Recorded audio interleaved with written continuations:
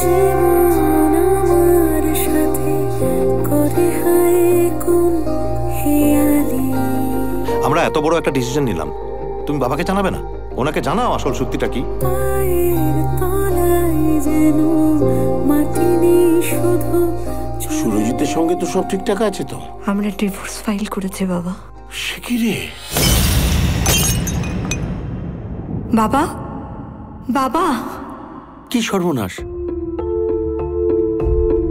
পেশেন্টের আপনি কে হন? মেয়ে। Brain stroke. বাবা ঠিক হয়ে যাবেন তো? পরে কোনো অনুতাপ হবে না তো? না। দিদি,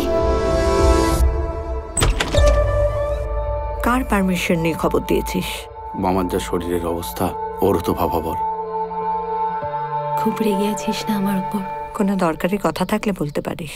তোর যদি কোনো ফিনান্সিয়াল হেল্প লাগে বলতে পারিস। বাবাটা তো আমারও। তবু মনে আছে যে তোর একটা বাবাও আছে? আমার দিদিটা না খুব কষ্ট পাচ্ছে গো। আমি না থাকলে তুমি আরো শান্তিতে থাকবে। আমি স্পষ্ট দেখতে পাচ্ছিলাম যে আমার লাইফস্টাইলের সঙ্গে তোমার দিদি খাপ খাইয়ে উঠতে পারছিল না। ডোন্ট টাচ মি, লাগছে আমার। তুই কিন্তু এতটা খারাপ ব্যবহার না করলেও পারিস দিদি। আমার প্রাক্তন স্বামীকে আমার বোন বিয়ে করে ঘরে নিয়ে এসেছে বলে তাকে ধূপধুনো দিয়ে পুজো করব? Mind your language Sudipa. এটা না ভিতরে ভিতরে ভেঙে পড়েছে। আমি এই অবস্থায় তোকে একা রেখে যাবো না। তোর যদি থাকতে ইচ্ছে হয় তুই থাক, আমার কথা ভাবতে হবে না।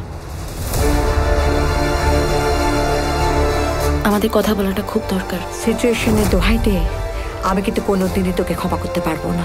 এই জন্যই সুরজিৎ তোকে ছেড়ে চলে গেছে। তোকে তো আমার মেয়ে হিসেবে পরিচয় দিতে লজ্জা লাগছে। বাবাকে প্লিজ বলিস না আমি এসেছিলাম, প্লিজ।